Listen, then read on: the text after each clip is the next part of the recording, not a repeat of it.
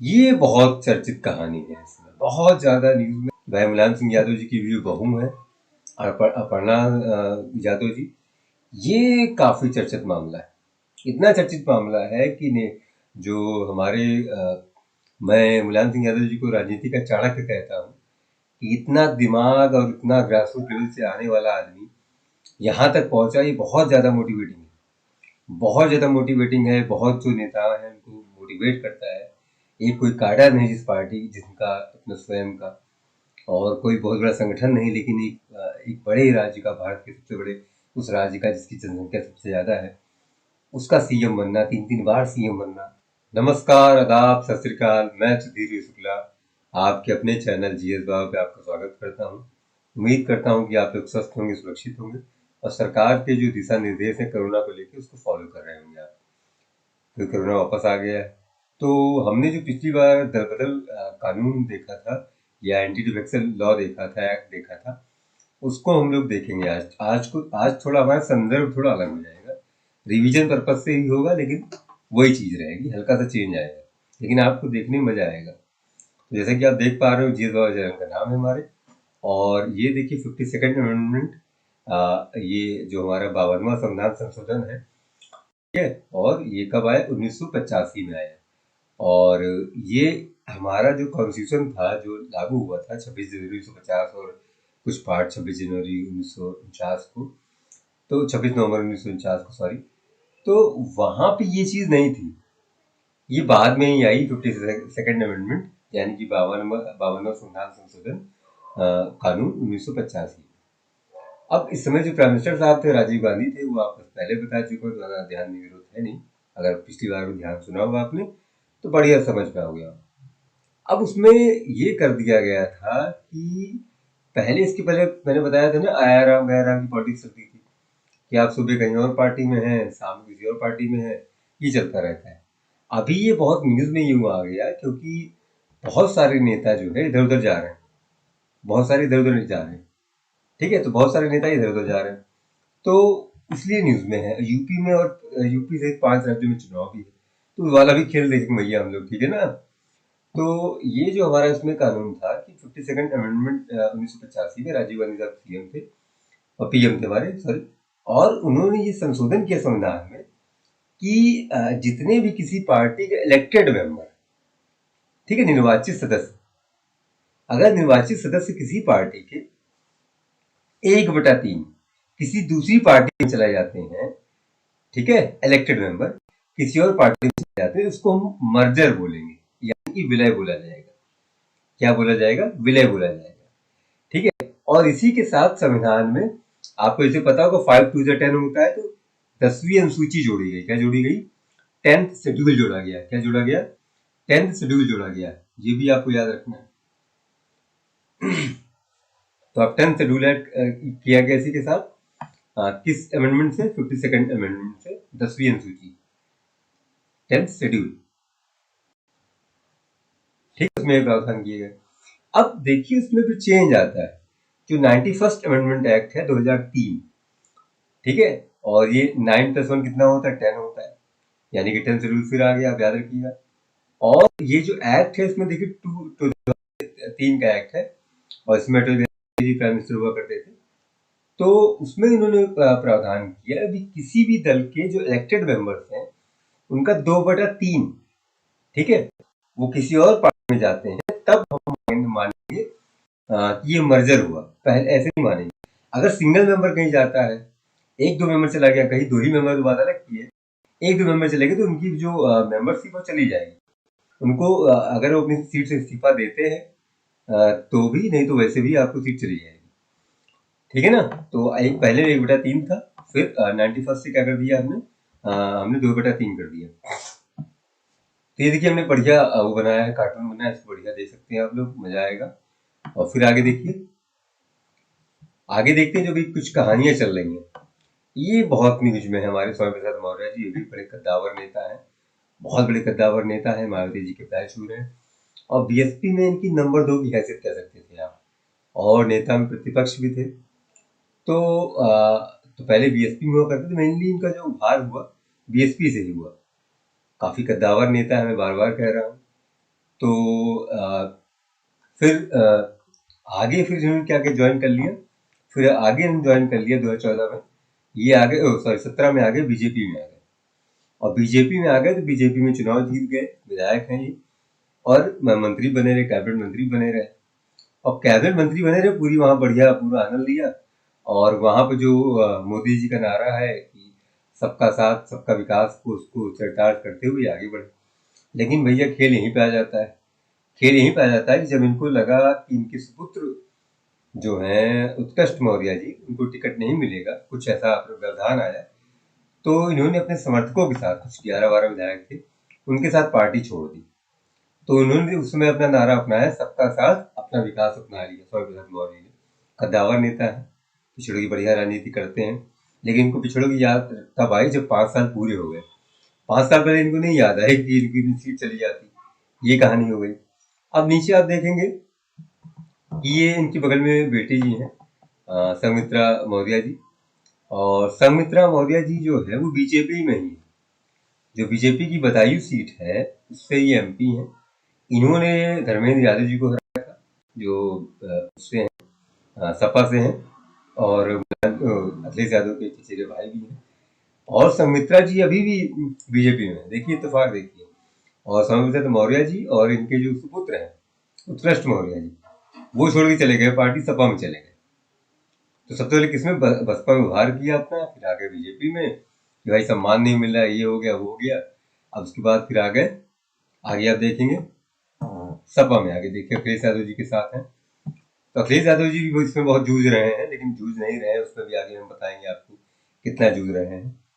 तो ये देखिए, ये इन तब इस्तीफा दिए जब लगभग 5 साल पूरे होने वाले हैं, विधानसभा भंग होने वाली है।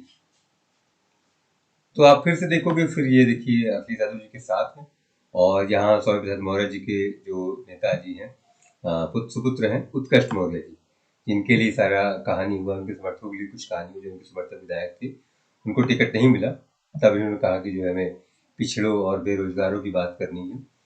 तब ये पार्टी छोड़ के आगे बढ़ जाते, ये लोग आगे चले जाते हैं, इनके सुपुत्र और ये स्वयं। फिर आगे हम लोग देखेंगे, ये बहुत बड़ी बात है, सबको साथ लेके चलना, ये बहुत बड़ी बात है, पिछड़ों की राजनीति करते हुए आए ये। और जो मंडल कमीशन के बाद जो उभार हुआ, वो एक समय ऐसा भी था कि भारत में 10 राज्यों के जो मुख्यमंत्री हुआ करते थे सारे, वो हमारे पिछड़े वर्ग से आते थे, अभी भी 7-8 तो होंगे ही होंगे। तो ये जो अपर्णा यादव जी हैं, अपर्णा यादव जी जो है, वो उन्होंने सपा छोड़ दी है कि भाई उनको कुछ लगा कि हमारा राजनीतिक भविष्य नहीं है। अब अखिलेश यादव जी ने जो है उनको टिकट नहीं दिया, उनको टिकट नहीं दे रहे थे, उनको साइड लाइन कर रहे थे। हालांकि 2017 में उन्होंने चुनाव लड़ा था, 17 में चुनाव लड़ा था सपा से ही, वो हार गई थी कैंट सीट से। हम ये भी बताएंगे जो कैंट सीट पे जो सीट के जो मौजूदा विधायक हैं उनके बारे में थोड़ी जानकारी करेंगे हम लोग। तो जो लखनऊ कैंट सीट है उससे तो हार गई थी।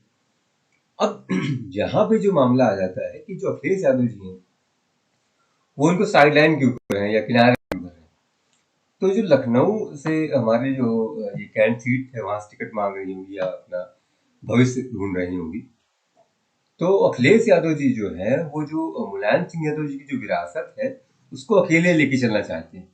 इसी क्रम में उन्होंने पहले चाचा को अपने बाहर कर दिया, चाचा ने कहा हमारी अवहेलना हो रही है, हमारी बातों को नहीं सुना जा रहा, तो ये बाहर निकल जाते हैं। अब अभी भी ये बात है, क्योंकि आपको पहले जानकारी करनी होगी बहुत ज्यादा, कि बहुत लोग इसके लिए वो जानना चाहते हैं कि जो अपर्णा यादव जी है वो कौन है। तो अपर्णा यादव जी जो है वो अखिलेश यादव की जो दूसरी मम्मी है, पहली मम्मी इनकी स्वर्गीय मालती यादव जी, उनकी जो सगी माँ थी उनका देहांत हो गया। उसके बाद मुलायम सिंह यादव जी ने साधना गुप्ता जी से शादी की।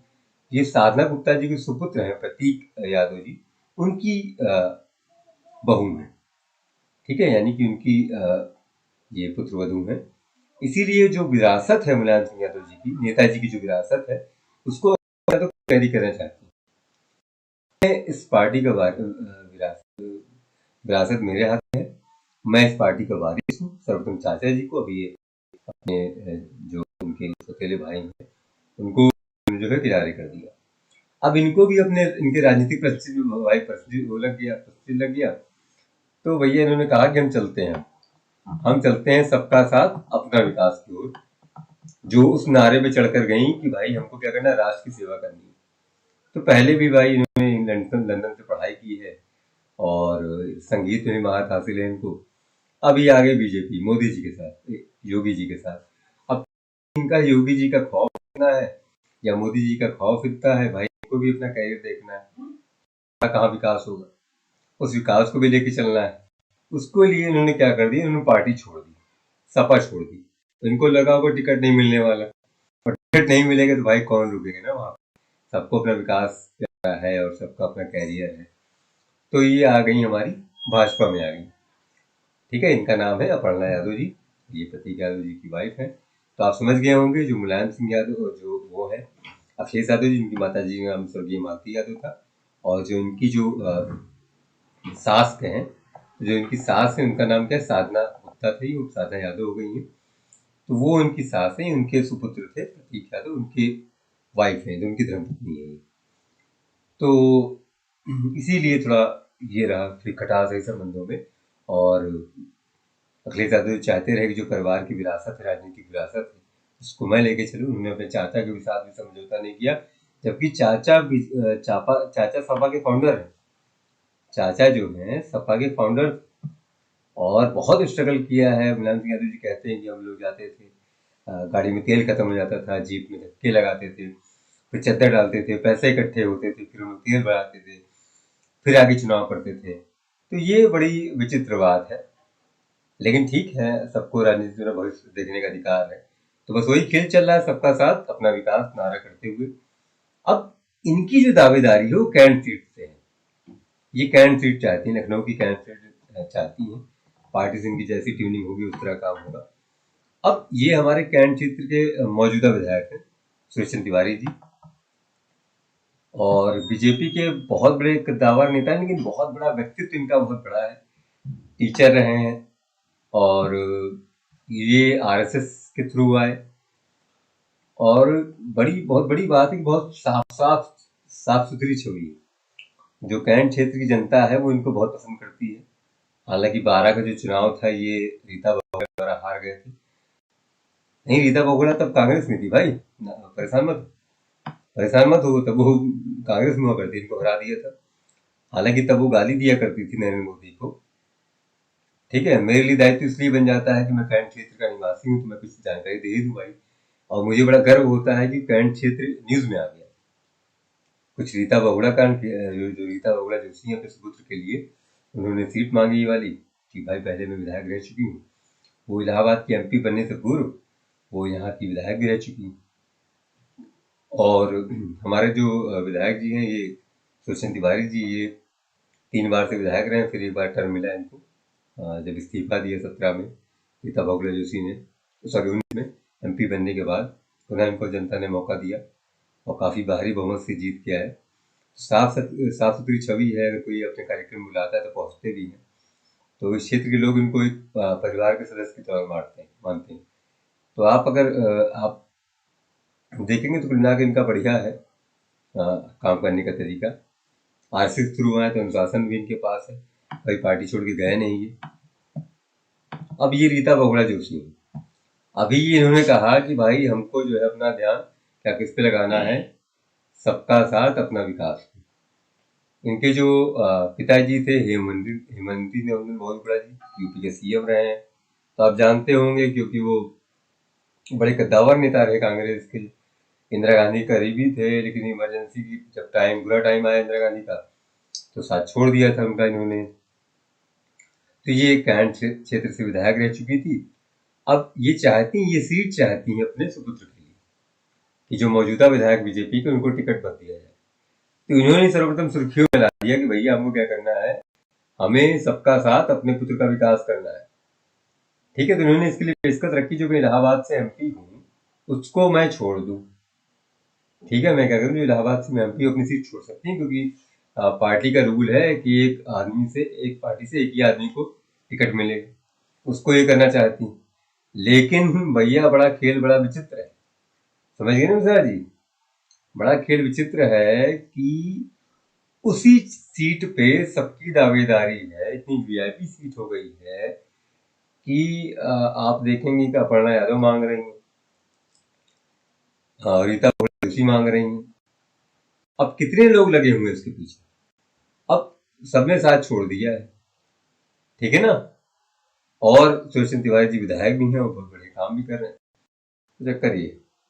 तो आप इसी जो घटनाक्रम, क्योंकि मुझे बताना जरूरी रहा कि भाई यूपी छोड़ दिया, मुझसे लोगों ने कहा भी अपने राज्य की बारी आई तो आपने एंटी डिफेक्शन लॉ छोड़ दिया। हमने कहा ठीक है भैया, लेकिन वो भी कवर कर लेते हैं भैया, जरूरी तो है ना, वो है वो भी कवर करना ना, नहीं तो तुम कहियो काहे अपन छोड़ दियो, तो तुम्हारी बारी आई तो अपन छोड़ दियो, ये नहीं करेगा ना हमका तो पूरा बतावा, ठीक है। पढ़ना भी है ना, सिलेक्शनिस्ट ट्रुथ अपना मोटो है। तो एक बार फिर रिवीजन कर लेते हैं एंटी डिफेक्शन लॉ हम लोग, ठीक है। तो एंटी डिफेक्शन लॉ जो है हमारा वो कब आया, वो सर्वप्रथम आया, कॉन्स्टिट्यूशन में नहीं था वो सबसे पहले आता है 52nd अमेंडमेंट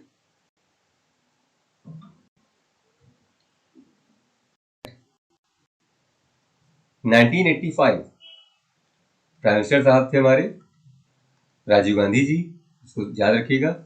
और ये जो 5x10 होता है, 5x10 यानी कि 10 शेड्यूल ऐड किया गया था, 52nd अमेंडमेंट से 10 शेड्यूल ऐड किया गया। तो 10 अनुसूची में कहा गया कि भाई किसी अगर पार्टी के इलेक्टेड मेंबर 1/3 1/3 किसी दूसरी पार्टी में जाते हैं, उसको विलय माना जाएगा, मर्जर मानेंगे। हम वो नहीं मानेंगे भैया कि तो आप एक आदमी चला गया, ये मर्जर तभी मानेंगे, पहले नहीं मानेंगे। एक आदमी जाए फिर वो सबका साथ अपना विकास कर रहा, वो नहीं होने देंगे। यहाँ पे क्या होगा, सबका साथ अपना विकास होगा, ठीक है। ये चलता रहा, फिर तब भी खेल होते रहे, राजनीति में खेल तो होते रहते हैं। फिर आता है 91st amendment act 2003, amendment act 2003। इसमें 10 शेड्यूल में चेंज किया गया।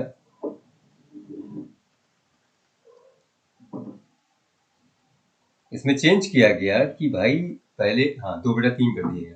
आप 2003 से याद रखोगे तो 2/3 किसी पार्टी के इलेक्टेड मेंबर जाएंगे तो उसको मर्जर मानेंगे, ऐसे मर्जर नहीं मानेंगे, ठीक है ना। तो 2/3 आपको याद रखना है। अब इसमें एक चीज और, एक सुप्रीम कोर्ट का एक निर्णय है, वो आगे इम्पोर्टेंट है, वो भी देख लेते हैं हम लोग। तो सुप्रीम कोर्ट का एक अमेंडमेंट है, एक्ट रिजल्ट है, उन्होंने दिया था डिसीजन 1993 में, 1993 की हो तो होलोहान केस, की हो तो होलोआन, होलो ऑन, होलोआन। यार तो परेशान नहीं होना यार, थोड़ा डिफिकल्ट स्पेलिंग नाम, ठीक है। बस की हो तो होलोआन याद कर लो, कुछ ना याद कर लो, केस या जजमेंट कर लो, ठीक है ना। 1993 आराम से लिखो, टेंशन मत लो भैया, ठीक है ना। आप लोग भी जो लिख रहे हैं समझ रहे मित्रों, नहीं बड़े गड़बड़ हो जाएगा। 1993 की हो तो होलोआन केस।